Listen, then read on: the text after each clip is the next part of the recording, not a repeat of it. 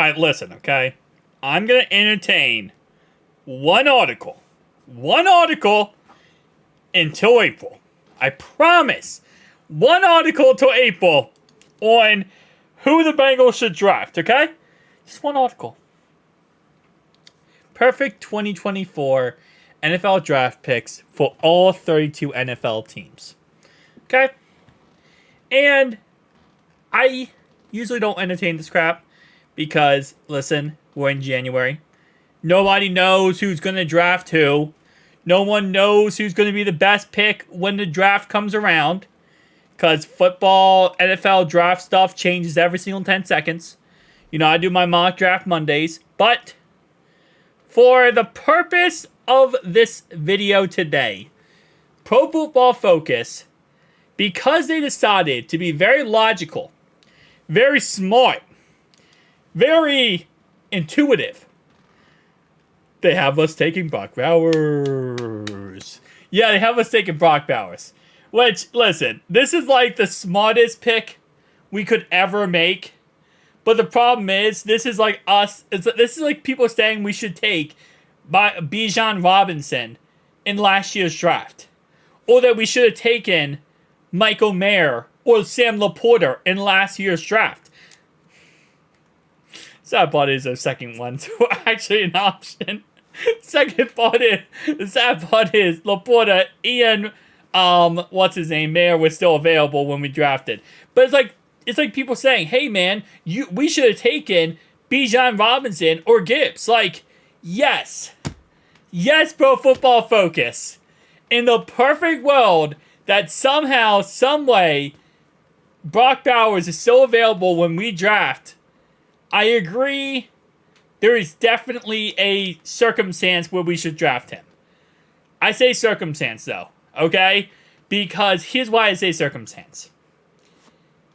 If we don't bring back Jonah Williams, we need a franchise right tackle.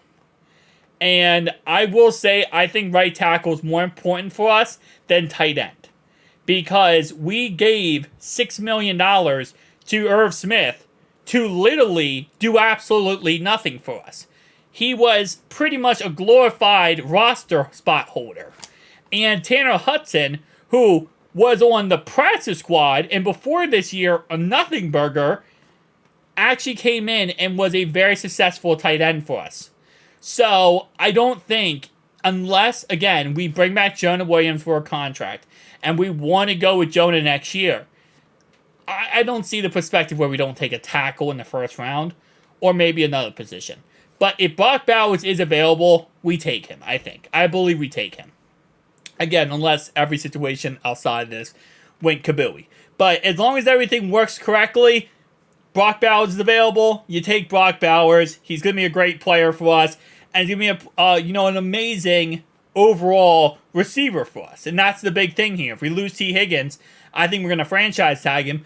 But if we do go ahead and lose him, we need to have another receiver in this offense. Our receiving core, in all honesty, even without T, I think is pretty solid. Yoshi really took a step up this year. We're going to see what happens with Chuck Sizzle. But Trenton Irwin's been playing great football for us. Also, Tyler Boyd, we're going to lose him. But we could also draft a wide receiver in this upcoming draft. So, this is why I want to make this video. Because it's like, man, you're saying the most obvious crap ever at Pro Football Focus. I had to entertain this one time, guys. I promise I'm not going to entertain anymore. Because, trust me, over the next 3 or 4 months, every single day there's going to be something like, oh, the Bengals should take this guy. They should take this tight end. They should take this wide receiver. They should take this guy. The Bengals are going to take... No. Bro. I had to entertain one. And it's just because this is the most obvious pick, I feel like, for the Bengals here. Unless they go tackle. Unless they go tackle and they go a franchise tackle. And the only real franchise tackle, I feel like, would be the guy at Penn State who is a left tackle. And I know some people commented down below my video and said, well, who knows if he would play right tackle? He never played right tackle. Well, again, like I said, that is, again, another perspective. But if Brock Bowers is there, that is definitely, very debatable to pass on him. I don't think it would make our offense 1,000 times better, but I think it would be a nice building block to go moving forward for our system. But again, keep in mind, the offensive line is the most important positional group on the offense. Quarterback is very important. Don't get me wrong. It is very important. But you need to have a good offensive line. You can't run the ball without a good offensive line. You can't move the ball without a good offensive line. You need to have a good offensive line.